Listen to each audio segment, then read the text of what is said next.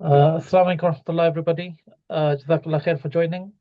We're going to give it 1 or 2 minutes before we make a start, just to allow everyone the opportunity to join, inshallah. So give us a couple of minutes and we'll make a start.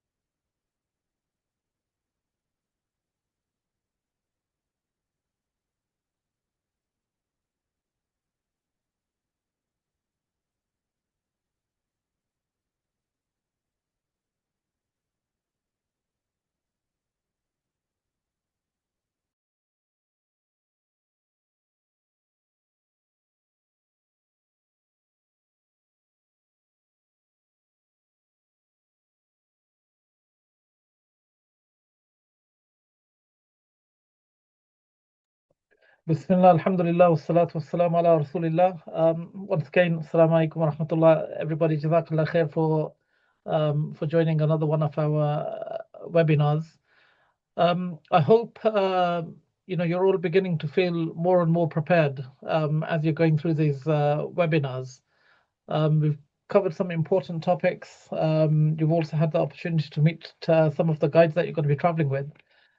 And if you are still feeling a bit unsure or a little bit nervous, I really hope that today's session is going to give you a lot of clarity on how the journey is going to pan out and what's going to happen day by day. And I think once we've gone through this, hopefully, you'll have a much better overall understanding of the whole trip. We've already had a session on how to perform Umrah. Inshallah, we're going to have another one in a few days on how to perform Hajj. So I think please make sure you attend all of these sessions. Hopefully they'll answer your questions and they'll generally make you feel a lot more confident with the journey ahead. Um, a reminder regarding the seminar, which is on the 3rd of May, which I'm sure you're all aware of by now. I think most of you have registered. If anybody hasn't registered, registrations are still open till the end of day tomorrow. Please make sure you do your very best to attend, and if you haven't already registered, please do so by tomorrow. Another important announcement, which is particularly relevant to this group, which is the B3900. As you may have heard, some news going around on the various groups that tomorrow there may be another sales phase opening. I know it doesn't impact you guys; you've all already booked. But if you have family or friends who are still looking to go and they haven't managed to secure a package, and they've created their profiles and they're verified on Nusuk, tomorrow may be the very last opportunity, I think, for this year. Now, in terms of the packages that we're managing, they're pretty much all full. I don't think there's any spaces left. There may be the odd space left on here or there, but I think generally they're all pretty much full now. However, there is a new package called the B1900, which will be managed by one of our guides, and it's almost exactly the same itinerary as the B3900, the package that you guys have booked. So if you know anybody who's still looking for a short package, then do let them know. We'll share some information on the Telegram group that you can pass on. But yeah, so tomorrow may be the last opportunity for anybody still looking to go this year. I think that's it for me. It's just I've been absent over the last 10 days or so, so I thought it'd be good to just say salam to everyone. I'm going to hand you over to the brothers who are going to take you through the itinerary. So over to you, Harun, and also Bilal, inshallah. Jazakallah khair. Assalamu alaikum wa rahmatullah. Assalamu alaikum, everyone. Good to see you all this evening. I just want to double check I can share my screen, Sheikh Naim. I'm just gonna make you host, Harun, and then you'll have control.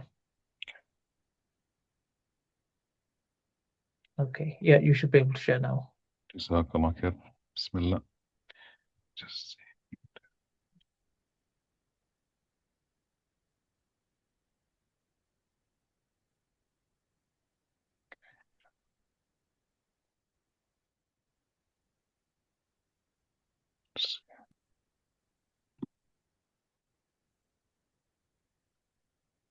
Just want to check if everyone can see the screen. Just a second.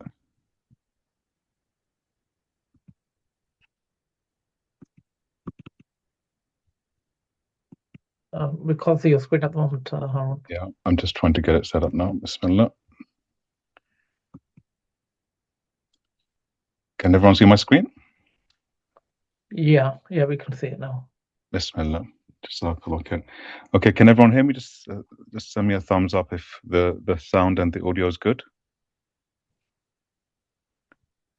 Yeah, you sound loud and clear, Harun. Alhamdulillah. Jazakallah khair. Bismillah. Alhamdulillah. Assalatu wassalamu Rasulullah. Good to see everyone this evening. MashaAllah, I hope your preparations for Hajj are going well. It's a pleasure to be with you this evening. So the purpose of this presentation really is to do a walkthrough of the B3900 package. We will take some questions at the end through the comments box, and we will try to unmute some of you to take some questions, inshallah. So just to give you an overview of what we're going to be covering. So we're going to give you an overview of the package itself first, and then give a snapshot of Majar al-Kabsh and Mu'aisim. I know there's some presentations that have been delivered in the past regarding this, and some that are due to be delivered in the future, inshallah. And then we're going to go through literally a walkthrough of the package day by day, from London to Medina to Makkah, and then the days of Hajj and back to London again. And then we'll have some time for some questions at the end, inshallah. So just to give you an overview of how the package actually works, it's divided between Majar al-Kabsh and Mu'aisim. So the guides, as you can see, are split between both camps. And I've highlighted Brother Bilal, who's also joining me on the panel this evening, and myself, because we will be the, you can say, go-between both packages in terms of the camps itself. So Bilal will be with you in Majar al-Kabsh, alongside Sheikh Aslan, Dr. Imran, Ismail, Sister Amna, Dr. Faisal, Ishaq and Sheikh Abu Sama, and then myself, I will be with Sheikh Abdullahi, Brother Hussein, Sister Fawzian, Brother Shafiq. And just to confirm, really, the hotels that you have on both of those packages, or rather those are in Majar al-Kabsh and Mu'aisim, have the same hotels in Medina, in Makkah. So it's the Millennium in Medina, the Conrad in Makkah, and those that on the shifting are on Ariz al-Shisha, inshallah. The only difference really in the days of Hajj, obviously, apart from the physical distance between the camps, is that those in Majar al-Kabsh will have the train service on the days of Hajj in terms of transport, and those who are in Mu'aisim will have the bus and the coach service that will transfer you between the different sites, inshallah. So just to give you a brief overview of Majar al-Kabsh, it's approximately 300 to 700 meters away from the main Jamra bridge, which means it's very close to the stoning area. There's a train station literally on the opposite side of the Jamra, which will connect you during the days of Hajj. It's got limited capacity of around 5,000 pilgrims, which makes it a bit smaller. However, the services are very good.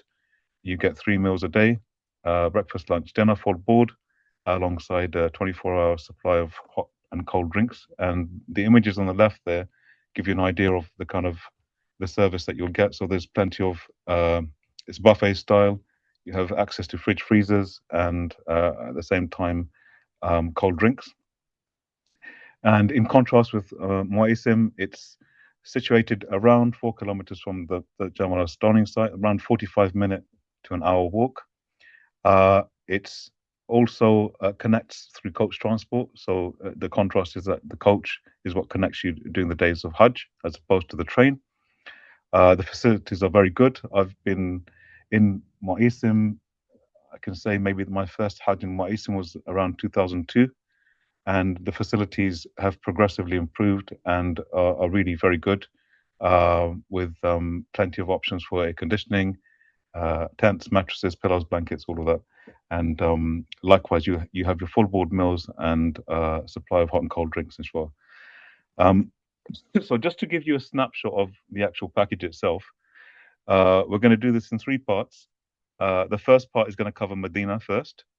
Then we're going to look at the days of Hajj, and then post Hajj. This is one of the shorter packages. It's 11 days, so there's a lot to pack in those 11 days. So we're going to just take it a little bit step by step, and you don't have to remember all of this information now. We will give you regular updates during travel and on the days of Hajj as well. So just follow the red circles. So we're looking at the moment from the 20th to the 24th of May, Medina first. So the first thing you're going to do is you're going to arrive, inshallah, on Wednesday, the 20th of May, at the airport. We would like you to identify yourselves to the guides that will be present on the day, which will, inshallah, be myself and Brother Bilal. Then, before you actually proceed to the check-in, we do want to tick your names off and make sure that we know who, we've got a head count of who's actually at the airport. You check in like a normal flight. You arrive at the gate early, just as you would for a normal flight, and just stay in touch with the Telegram broadcast group. Now, this is really important. The broadcast group actually becomes a lifeline during the days of Hajj, before and after, because we provide regular updates, either at the end of the day or at the start of the day, in regards to movements, in regards to information to do with timings, when you need to be somewhere, and general information. So the broadcast group is very good. So please do stay in touch on that broadcast group. And I'm going to be sharing some kind of top tips with you. Some may sound obvious, others not so obvious, maybe from experience, for each day. So keep your passport IDs accessible, right? So what you don't want to do is pack your passport away. They will ask you quite regularly, not just in London, but when you land in Saudi, for your passport and your ID and identification. Keep it somewhere accessible, and secure, and don't lose it. We have had incidents in the past where perhaps people have misplaced their passports. So keep it somewhere safe and ensure that it's with you and accessible, inshallah. So what happens once we get to Medina? The airport's very nice. The transfer from getting the baggage out to getting out generally is quite smooth. We should arrive at Medina quite early in the morning. I think it's around 2 p.m., 2 a.m. rather. And what we'll do is we will board buses together. So we will gather you all together in the airport area, and then we will be called to board the buses, inshallah, for the hotel transfer. If you do actually lose us or for whatever reason get lost, you will have the hotel and all of your details with you. So keep hold of your passport and your ID, and ensure that there's plenty of shuttles and taxis that very quickly get you to the Haram area and to the hotels. But inshallah, we will stay together. But don't panic if you get lost. Just kind of follow our advice and the directions of the Al-Bayt guest team and the representatives that are out there that will be at the airport, inshallah. So, inshallah, once we get into our hotel rooms, we'll have a chance to rest, refresh, maybe get something to eat, inshallah. Maybe breakfast time. So there will be some, inshallah. Hopefully, we'll be able to get some food and get you kind of ready for the day. You have the opportunity to pray inside the masjid, and it's possible we may do a kind of orientation on that day just to get your bearings, but we'd want you to rest first. And again, look out for messages on the broadcast group. You will have an opportunity to get SIMs, either at the airport or once you get to the hotel, there'll be plenty of opportunity to actually activate your SIMs and get them working.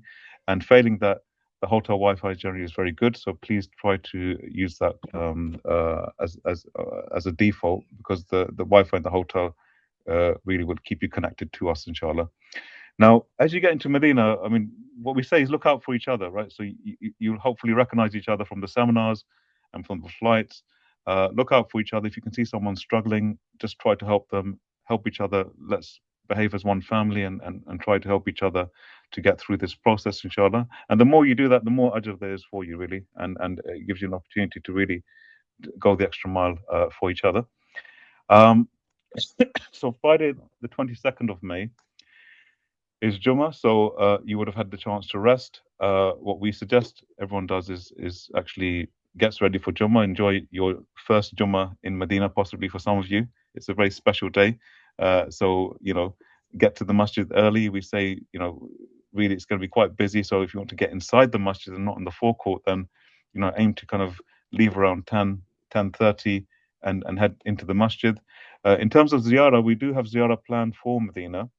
However, we will confirm details once we actually get to Medina, because it does depend on coach and bus availability, and at the same time, the timings, we just need to agree that. But generally, we tend to do a ziyarah either early in the morning or late in the evening after Isha to avoid the heat.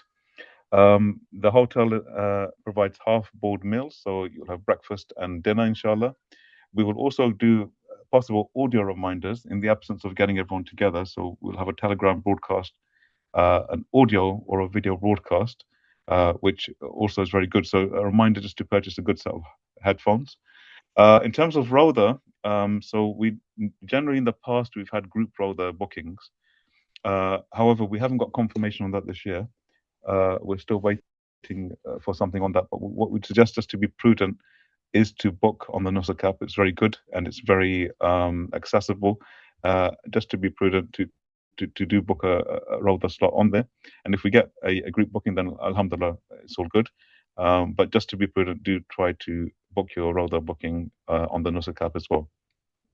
Now, at this point, the itinerary kind of, as you'll find, it's very mechanical. It's very be here at this time, leave at this time, do this, do that. What you need to start to do, if you haven't already done it once you've landed, is just reflect on where you are. You're in Medina. You're literally meters away from the Prophet ﷺ, where he's buried. And just take that all in and really, throughout this process, because you're there for 11 days, right? You've just got to take that opportunity just to think and reflect where you are, and the grandeur of where you actually are, and the grandeur of where you're going, inshallah, which is Makkah. Do urge you to do that, and myself as well. Sometimes we forget in and out of the hotels and the masjid, that it can all feel a bit surreal. So just try and take that moment to give yourself some time. And obviously, we've asked you to do reflective journals. Write it down. All of this stuff. When you get to the day of Arafah, inshallah, we want you to remember it. So Saturday again, it's possible the ziyarah will be on Friday or Saturday. This will be your last full day in Medina. So we suggest any shopping that you need to do for Hajj specifically, you get it done. You'll have an opportunity to, if you would like to book the sacrifice through us, to make the sacrifice payments. There will also be a reminder that we will, inshallah, announce the timings of. And obviously, it's your last evening before you start heading out the following day for Makkah. So we advise you to get some rest. Okay, Sunday, the 24th of May. So this is the day where we, inshallah, we will aim to leave Medina to perform our Umrah for Makkah. So in the morning, well, rather on the Saturday evening, if I go back, what you're going to be doing is packing your luggage. We're going to ask you to pack your main luggage, and on the evening of the 23rd of May, we are going to transport that luggage to your hotel in Makkah. Now, the reason we do that is because it takes a long time to get the luggage to the hotel, and at the same time, we're more agile if we travel without luggage. So we have some luggage trucks that we book. Typically, we give you a cutoff point for about 9 or 10 o'clock in the evening to do that. And as soon as the luggage goes on there, your main luggage, you just have your accessible luggage, which would be your ihram, which would be your basic medical kind of either you've got medicine or things that you need for accessible to you, which would be a small backpack really until you get to Makkah, inshallah. So on that morning, assuming that your luggage is all gone, you will. Aaron, sorry. Assalamu alaikum, brothers and sisters. Sorry. Yes. Just a quick one, please. Because I know a lot of you might have seen two ziyarah on 2 days. There will only Yeah. be one ziyarah. But That's we're right. just trying to ascertain exactly what day will be the best day to do the ziyarah. So we will confirm beforehand. Yeah. So it's not two ziyarahs, it's just one on one day. So That's we're not right. sure which day that will be. So as soon as we know that, we will inform you, inshallah. That's right. Yes. Sorry, So that's okay. So as mentioned, we will confirm the ziyarah actual on the day that it's happening, but it's mentioned that it could be on the Friday evening or it could be on the Saturday morning potentially, but we will confirm that for you, inshallah. So on the morning of Sunday, the 24th, you'll obviously pray Fajr in the masjid, you'll make ghusl, prepare for Umrah, so you put your ihram clothing on.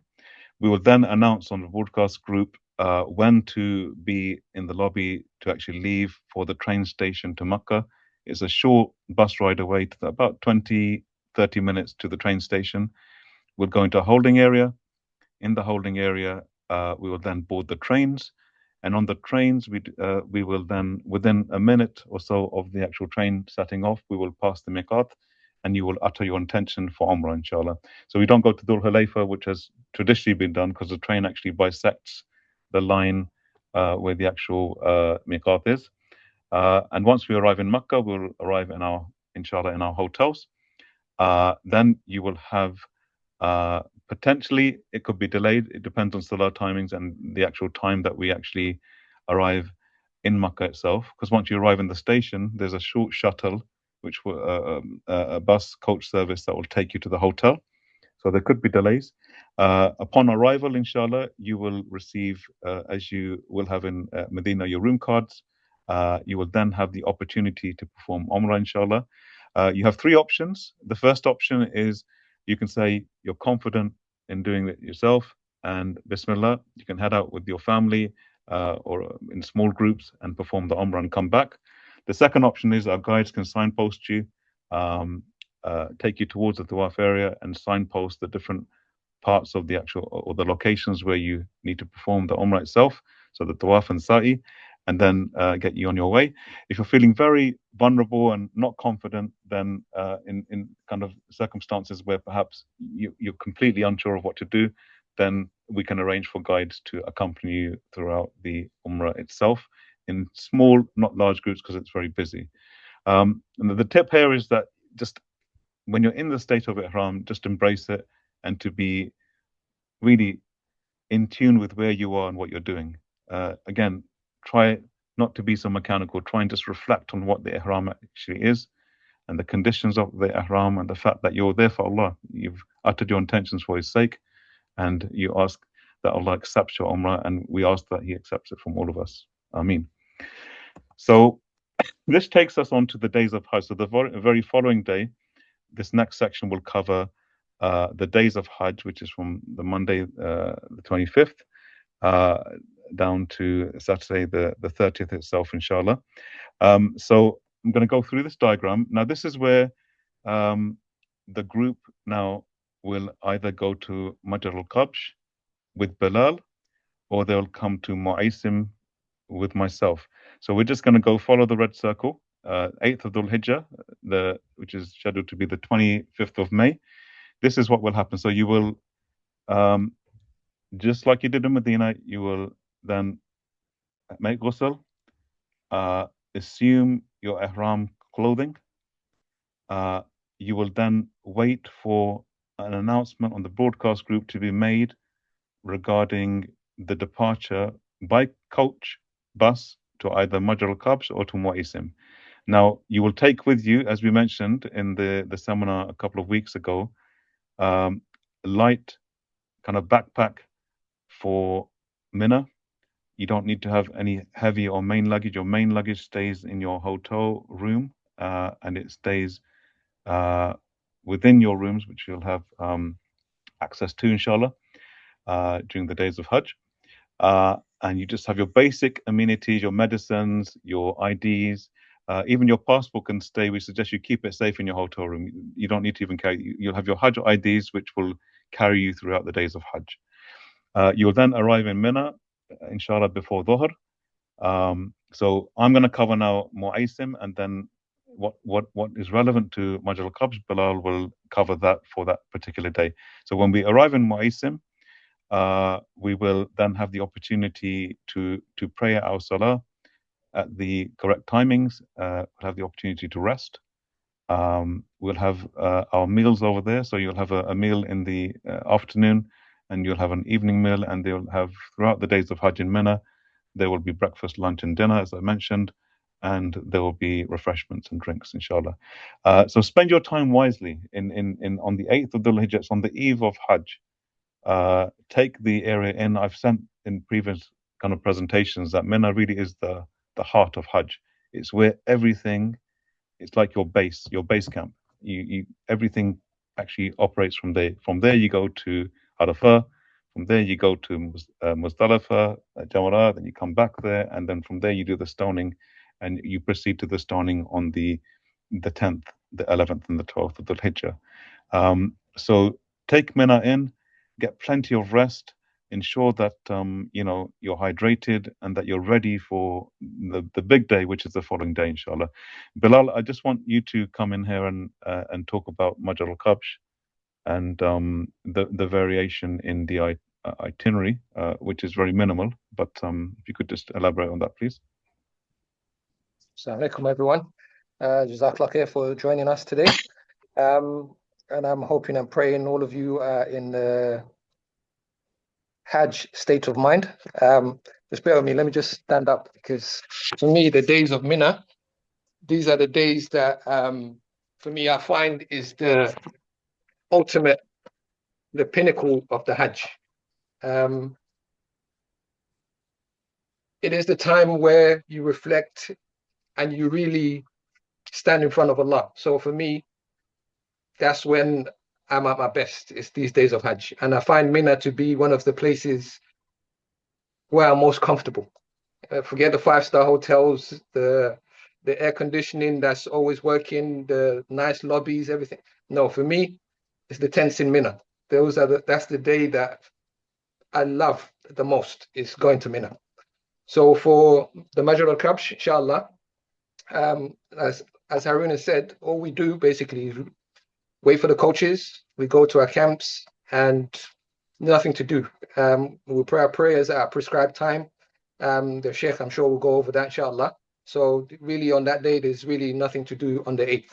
So it's just preparation, just gathering yourself, your thoughts, get putting together more of your du'as that you're going to be making the following day, and just generally just getting to know each other, the people you're traveling with. I think that's one of the best times as well that I've found is when we get to know each other, because a lot of the times we're with our families, with our wives, and so on and so forth. So when we're with just the brothers, that's when we sort of we could say the bromance get rolling a little bit more. So without that, that's all we're doing on the 8th, inshallah. Over to you, Aaron. So this takes us on to the 9th of Dhul Hijjah, the day of Arafah. So from Mu'aysim, there will be buses that will take us to Arafah in the morning. So we will pray our Fajr. We will then again look out for the announcement on the broadcast group and on the PA system. We will announce when we will travel to Arafah. We will get there in the morning, inshallah. You will then have the opportunity to rest, and this is what we suggest you do. All you need to do in Arafah is rest up until the time of midday, Dhuhr, where you're going to be exerting your energy over the next 24 hours, really. We will then combine Dhuhr and Asr, as the Sheikh mentioned in the reminder a couple of weeks ago. And then that time between Dhuhr, Asr, and you praying, and the khutbah and Maghrib, it's all dua. It's all you and Allah and whatever you want to ask Him. And the whole day is spent making dua. Now, once you've got to Maghrib, what you will notice is that even before Maghrib, it will seem as though people are starting to leave. However, they will not allow you to leave until Maghrib actually sets in. So people will start to make preparations for leaving. However, they will not actually be allowed to leave until after Maghrib. Now, once Maghrib kicks in, we do not pray Maghrib in Arafah. As you know, we will pray Maghrib and combine it in Muzdalifah, inshallah. However, the coaches, there will be different timings that will be announced for the coaches, and we will let you know once our coach actually arrives to take us to Muzdalifah, inshallah. Now, on the 9th, especially, or which is also known as the evening of the 10th, there are always delays to coaches. Well, not always, but sometimes we could get lucky and get the earlier coach. However, everyone's trying to get to Muzdalifah. So it can take a few hours to do that. So be prepared to wait. Don't be frustrated. Just stay in your state of ihram and stay in that state of patience. And inshallah, eventually the coaches will get us there. So once you get to Muzdalifah, you will combine your Maghrib Isha, and then you will aim to sleep. In regards to the options that you will have from those that are traveling from Mu'aysim to Muzdalifah, so there'll be two options. One will be if you are among a vulnerable group of people, you're elderly, you have a specific health or medical condition, then there are some concessions which the Shuyukh will go over that allow you to leave after midnight in Muzdalifah and proceed back towards Mu'aysim, and then from there proceed towards, once you've prayed Fajr, the stoning area. And I'll go through that once I've asked Bilal to go through what happens at Majr al-Khabsh on the 9th itself. So Bilal, if you could just explain that first, and then we'll move on to the 10th, inshallah. Yeah, sure, inshallah. Okay, for us in Major al-Kabsh,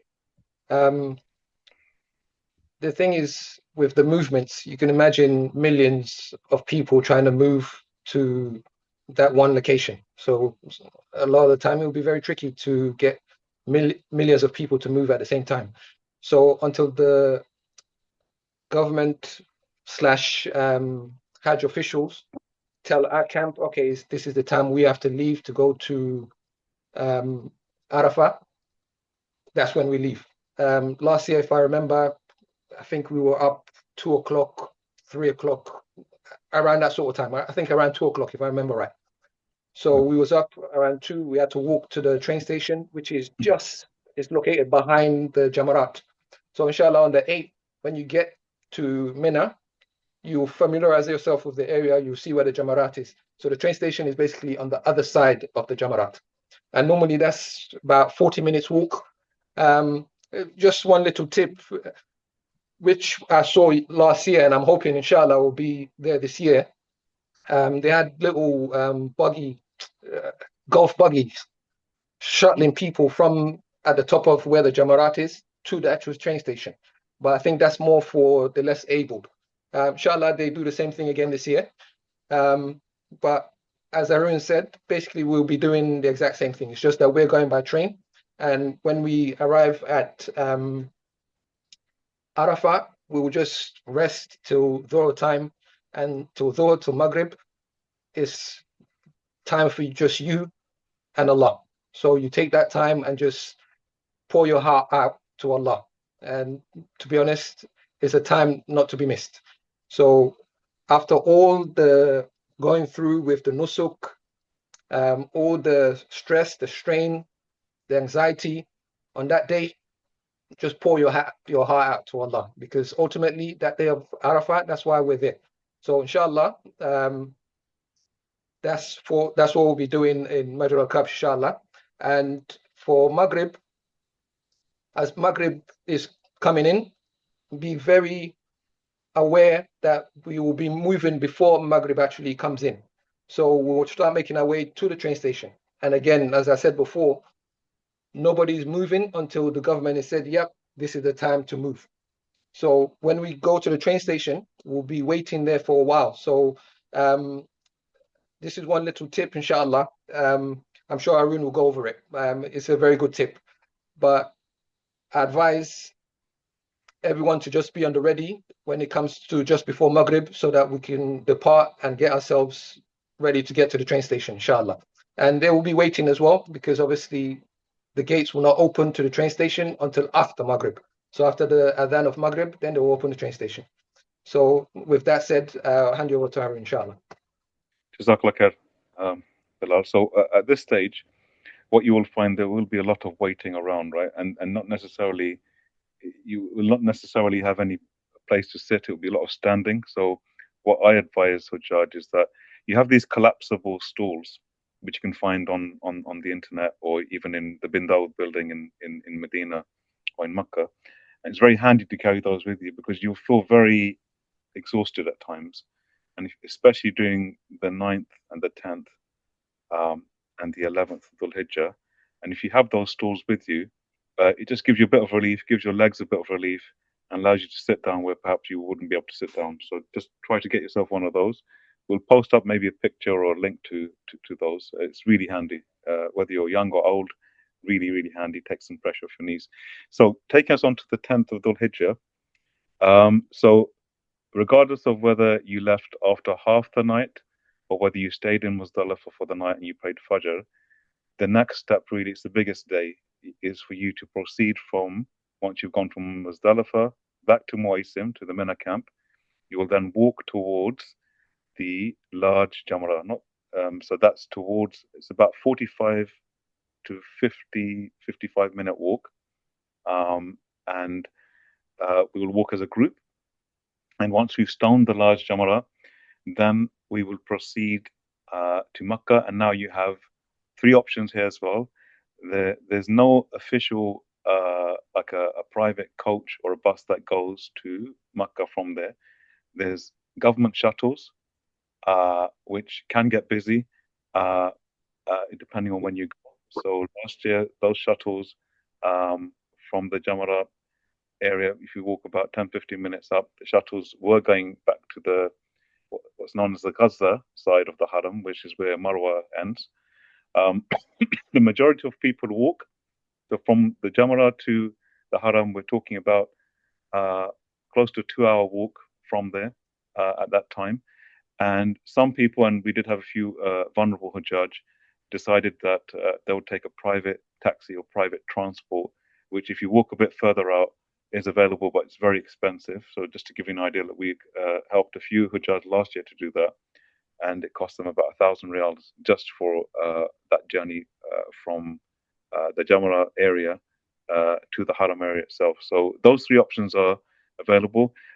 We cannot guarantee that people will stick together in this on this day specifically. You could lose each other.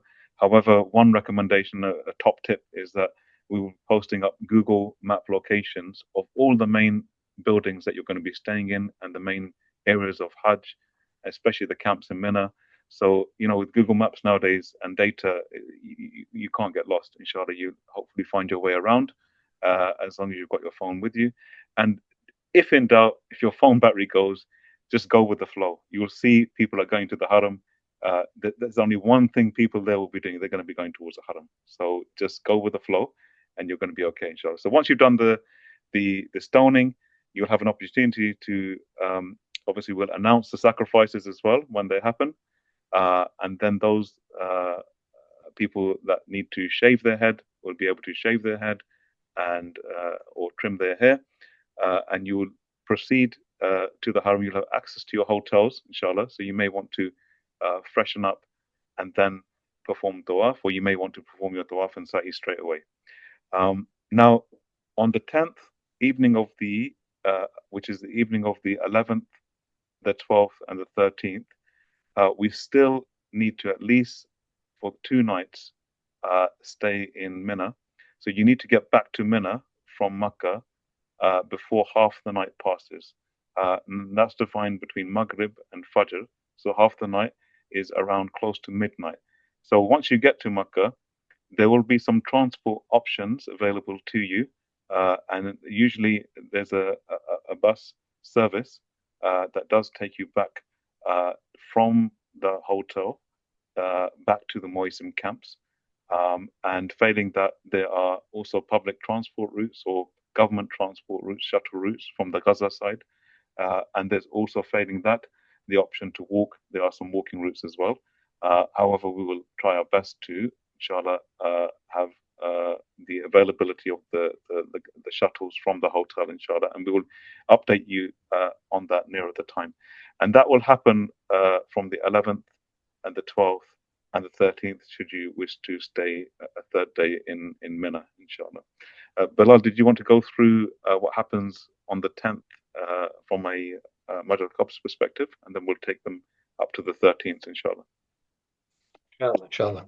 Okay, for the 9th, as I was saying, after Maghrib, we'll board a train and we'll make our way to Muzdalifah. When in Muzdalifah, that's where we'll pray our Maghrib and Isha combined. The Sheikh will go over that, inshallah. On the way, on the 9th, on the way to the train station, inshallah, we will point out to you where the big Jamarat is. So on the way back from Muzdalifah on the train, we will see where the big Jamarat is. So we'll know, so we have a bearings of where everything is, inshallah. So we'll go to Muzdalifah, we'll spend the night there. But one thing to keep in mind, please, brothers and sisters, is very crowded for people trying to board the trains.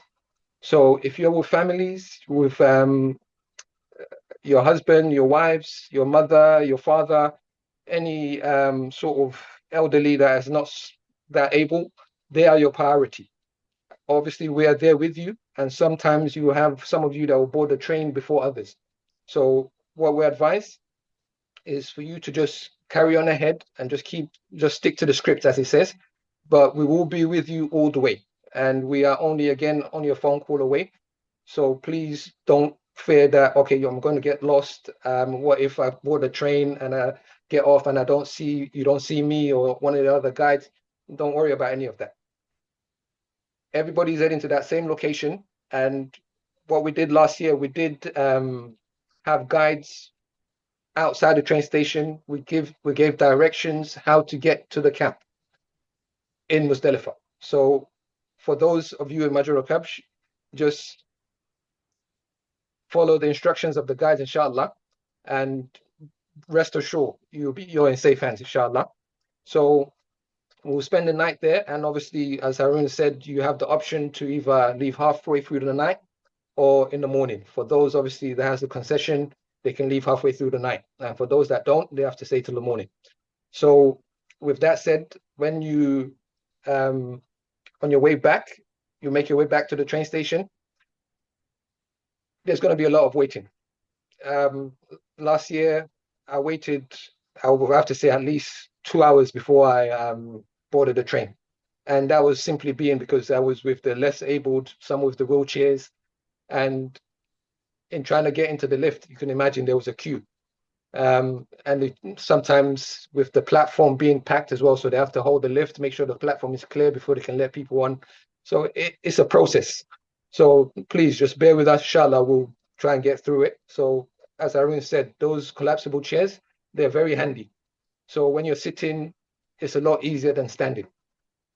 Takes the weight off your lower back. For the one that's not so able, your knees and so on and so forth, at least you're in that sitting position. So gives you that time to relax a little bit, inshallah. So as we board the train, we'll come back to Jamarat. On the way back now, what we'll do, we'll stone the big Jamarat. And now there's two options that Arun says. Well, for us in Major Capture, there's only two options. You can either start walking towards Mecca, or you can go back to the tent and maybe freshen up, relax for a bit before you make your way to Mecca to do your tawaf and sa'i. Obviously, you're doing your tawaf and sa'i, it's advisable to do it as soon as possible. For me, I find, well, for the last few years that I've walked, I've always just gone straight in and done the tawaf and sa'i, then I can go to the hotel and rest. Doesn't mean you have to do that, and you can do whichever is easier for you. You can either rest first, then do the tawaf and sa'i after. So it's entirely up to you. But generally, as Harun said, you do have some taxis at some points that will take you into Mecca. It's advisable. Some people have used it, and it's worked out fine for them. For the not so able, they found it very useful. And at the same time, we do try and keep everybody together as much as we can. But again, if we get separated, please don't be disheartened. Everybody's heading towards Mecca. So it's just that direction. Everybody's heading to that same way. But we will give guidance accordingly on those days. So we'll go through each day as we are coming up to those days, you can say. So inshallah, just bear in mind, we are with you all the way, inshallah. And when we return back to Mecca, we've done a tawaf and sa'i, we've rested. In the evening, we'll try and make our way back to Mina. And in Mina, well, rather, should I say, when we get our confirmation, okay, the coaches are here for us to get back to the Majar camp, we'll come down, we'll board the coaches and come back and get back to Mina, inshallah. And that will lead us up to the 2 or 3 days of stoning. And generally, that's all we do those 2 or 3 days. If you want to stay for the 2 days, guides will be there to leave with you on the second day. And if you want to stay on the third day, there will be guides also there to return back, return with you back to Mecca, inshallah. Yeah, so Jazakallah khair, Bilal. So just to reiterate that those days of stoning are the same whether you're in Majal al-Kabsh or Mu'aisim. You must stay for a minimum of 2 days. It's sunnah to do up to the 13th. But if you do wish to choose, or if you do choose to leave after the second day, you must do so before Maghrib kicks in. If Maghrib kicks in, then you've got to stay in Mina for the day. And then the transport becomes a bit easier. Sorry, Yes. well, just one point I failed to add. Sorry, during the days of stoning, we do go out in groups, but do feel free to go and do it yourself. A lot of people do, but we do take groups to obviously. A lot of people feel comfortable when we go out in groups, but if you feel comfortable in going out by yourself, you're more than welcome. Sorry, Aaron, carry on, Sean. Yep, and likewise in Mu'aisim, we do we do a group stoning because it's a very good feeling actually going with a group, especially from Mu'aisim. The walk itself is a bit lengthy, but when you walk with numbers, you walk with people, the Hajjaj that you've been traveling with, that you've done Hajj with, it's a beautiful feeling. So it really does, and you see the other groups that are there. It's mashallah, it's a very enjoyable part of the Hajj itself. And so that really for those next 2-3 days, it's stoning. The transport options are a bit more flexible going back to your hotels. So on the 12th and the 13th, there will be, inshallah, transport available from the Mu'aisim side to take us back to the hotels. And those that choose to go through the tunnels and then the Jamarat make their own way back to the hotels, they're welcome to do that. The hotels will be accessible during the 11th, the 12th, and the 13th as well. So if you needed to go back to your hotel after the stoning to rest a bit and come back again to Mu'aisim, no problem. But my advice is enjoy Mina. Enjoy Mina. You will get used to it, and when you leave Mina, you will actually miss it.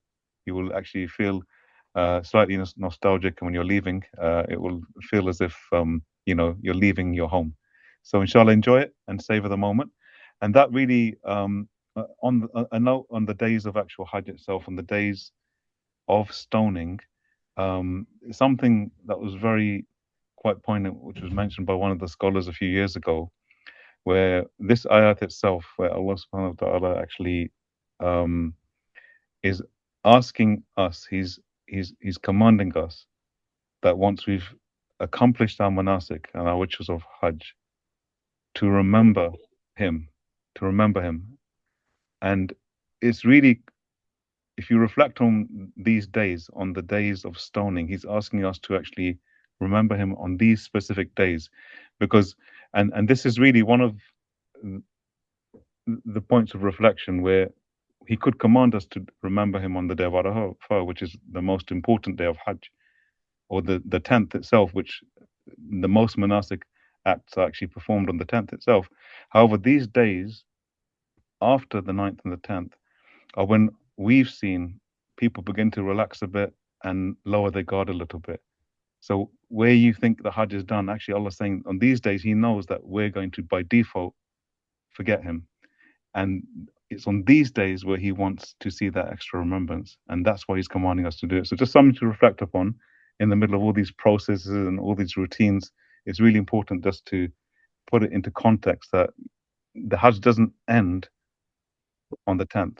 It continues, and the remembrance of Allah continues for life. So do try to really take note of that, inshallah.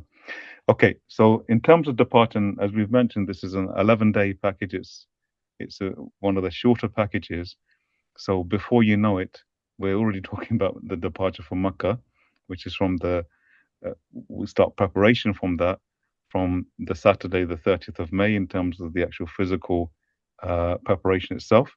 And this is really what we're trying to kind of encourage people to do on the Sunday, before literally the day or the 24 hours before the departure, is to obviously complete any necessary shopping and to get your luggage arranged. The luggage itself, we will transport it in a similar way to the airport as we have done for the Medina transport to Mecca, purely because logistically it works and it allows people to really not to stress over their luggage, and the luggage will get there. It will meet us at the airport. The final act really of the Hajj is Tawaf al-Wada. We give you a 6-hour window really to do that, and to do it with peace of mind, and to do it with reflection and thought and purpose. And following on from that, the transport, we will aim to get to the airport really with plenty of time before the flight itself. So we may actually be asked to get to the airport maybe 6 to 8 hours before the flight itself, in terms of the departure for the airport, because it does take time to shift from the hotel to the airport and then to check in itself. Now, Zamzam, people often ask us about Zamzam, when it will be available. It's available to be purchased from the airport itself, and it needs to be checked in separately. And we will advise you how to do that. And following on from that, you check into your flight as per normal, and inshallah, you will arrive safely back into the UK, inshallah. Now, sorry, just 1 second. Sorry. Yeah. Can you pull the slide back to the Hajj days, please? I just wanted to go over something. Yeah. The Hajj days. Yes. Okay. Someone said that they were a little bit lost after the 8th for Majar. Basically, for Majar, we'll make our way to the train station, which is on the other side of the Jamarat, which is about 40 minutes walk. Yeah. From that that will take us to Arafah, and we should arrive there hopefully, inshallah, before Fajr or just at Fajr time. It just depends on the timing that the authorities give us the permission to leave our Mina camps to make our way to Arafah. From Arafah, we just rest until Dhuhr time till Maghrib. We're making dua. We'll leave just before Maghrib, but we won't be leaving the plain of Arafah during while we're in Arafah. So we'll be queuing up, waiting at the train station to get back on the train to take us to Muzdalifah. Then Muzdalifah will be there for some half the night, for some till after Fajr. So you pray Fajr in Muzdalifah for those who don't have the concession to leave halfway through the night. And I believe the Sheikh will go over who has the concession and who doesn't. So inshallah, for those that don't, they will leave after praying Fajr. There's advantages and disadvantages for both, really, that I've found. I've left on halfway through the night, I've left it after Fajr, and there's advantages and disadvantages for both. And that takes us back. Oh, sorry, let me just jump a point back. There was another question that was asked about when do we go into the state of Ihram before we go to Mina. So just before we leave the hotel to go to our tents in Mina, that's when we'll don our Ihram and make our intention before we go to Mina. So I hope that clears some of the stuff that may have been missed or lost in the translation, inshallah. Jazakallah khair. And on the point of departure, one of the things that we advise you to do, and you'll feel this yourself, even if it's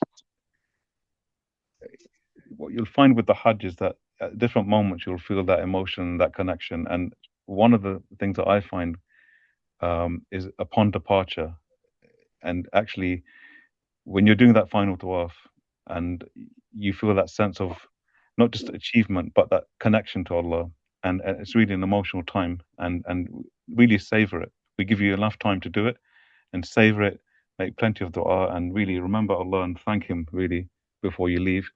And you know, that final tawaf is something really special as well. So what we're going to do is open up to some questions as well. I'm going to stop sharing my screen, and I will end the show.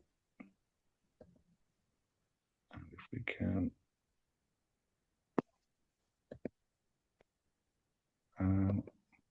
okay. So we've got plenty of questions in the chat. I'm going to ask Bilal, are you able to access the questions, and we'll try and deal with them? And maybe some people have got their hands up. Yeah, we've got 7 questions written at the moment. Okay. Can we pay for the train service? Answer to that, quick answer, no. I think this is all pre-booked by al-Bayt guests.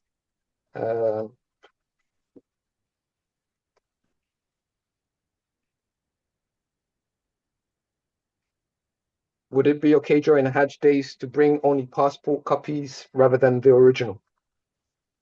Okay, actually, let me take this one. SubhanAllah, I did miss to mention that one. When you arrive at the airport in Medina, they may not, but you will have the authorities, the Saudi authorities will come and take everybody's passports from them. It has happened over the years, but that's just procedure for them, and it is returned back to us a day or two later. So please don't worry too much if somebody comes up to you and asks you for your passport. Or rather, last year what happened, they actually done that when we boarded the coach. So the coaches wasn't allowed to leave until we actually physically gave over our passports. So not to worry about that, inshallah. But generally, yeah, I don't think you need to take your passports with you during the days of Hajj. You should just leave that locked in the hotel room. So there should be no need for you to take that, inshallah. So next question. Yeah, there's some questions about the flight itself. The flight is on the 20th. However, the slides were covering the arrival in Medina.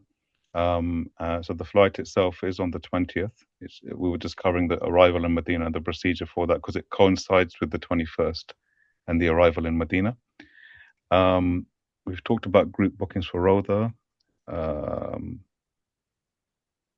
Right, so 1 second. We've got the 8th. There's a few questions, a few hands that are up. So let's try and take a few questions from people whose hands are up. So, okay, Sam, I've got Sam here. Do you want to unmute yourself? Yes, I'm looking, brother. Actually, there are a couple of questions. So, one thing is when we are doing the Umrah, after that we need to change the ihram for the Hajj. Can we use the same ihram, or do we need to bring another pair of the ihram? And are we going to take an extra ihram to Mina camp? That's one question. Second one is, if while waiting you mentioned about the stool, to buy the foldable one, so can you not sit on the floor? And I'm just asking that. And there is and at what point, when we are coming back from Muzdalifah to the Mina, and after the stoning, and what point we're going to be coming out of ihram, or are we going out of ihram state to go for the tawaf ifada? I believe that's what it is called. Or will that be still in the state of ihram? So please explain. These are the questions. Sorry.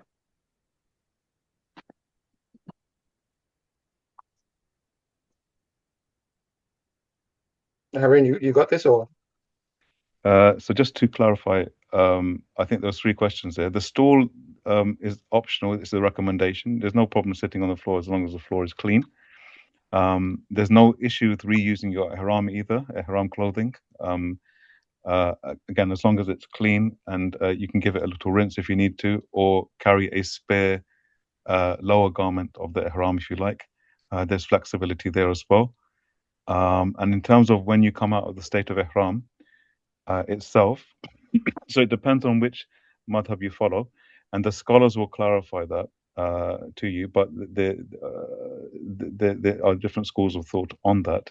However, I think you will see people, once they've done the stoning, they will come out of their ihram once they've done the stoning. That's one school of thought, but I think scholars kind of clarify that, because the Hanafi madhab follows a specific order as well. So I think we'll let the sheikhs kind of clarify that point.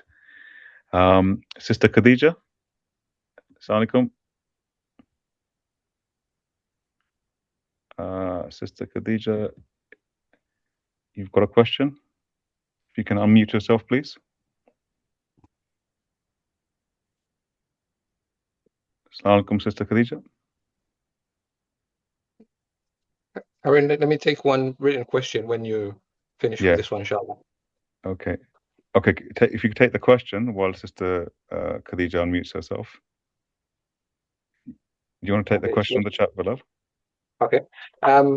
We have someone asking, what about those on group flights? I did forget to mention about that.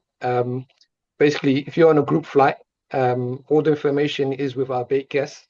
So there will be provisions made for you guys, for somebody to meet you at the airport and transfer you to the hotel. So not to worry about that. They do have your details, so that you know when your flight is coming in, and they should be at the airport at the arrival terminal waiting for you.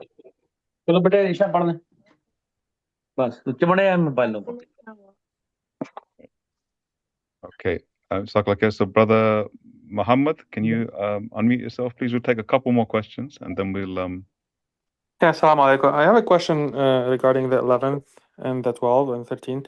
So Jamaat, can you do it after like sunrise in the morning, or you have to wait till Dhuhr? Also, can you go to Mecca on that day and then come back to spend the night in Mina? So yes, so you've got to do it after Zawal time. So you can't do it, strictly speaking, after Fajr. You've got to wait till like after like Zawal, like the midday kind of sun passes. So most people tend to do it around Asr time when the weather's a bit cooler.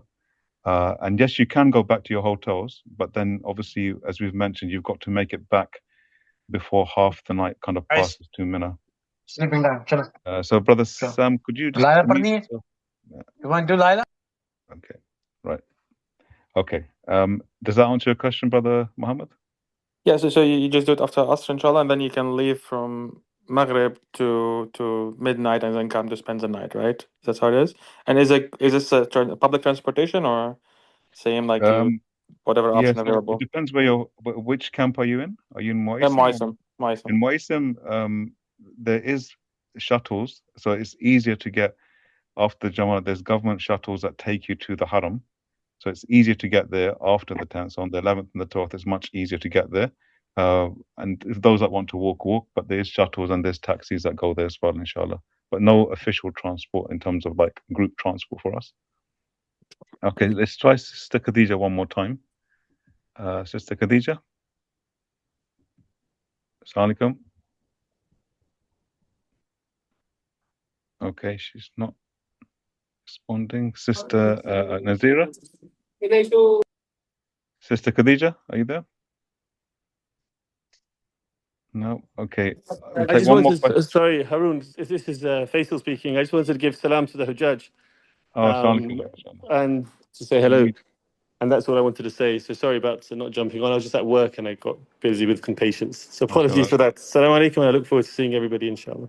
Dr. Faisal is one of our guides as well. So, mashallah. Okay, Sister Nazir, we'll take one more question, and then I think the rest we can post them up on the chat, and we'll have our team of guide answer on the chat, inshallah. So, Sister Nazira, do you want to unmute yourself?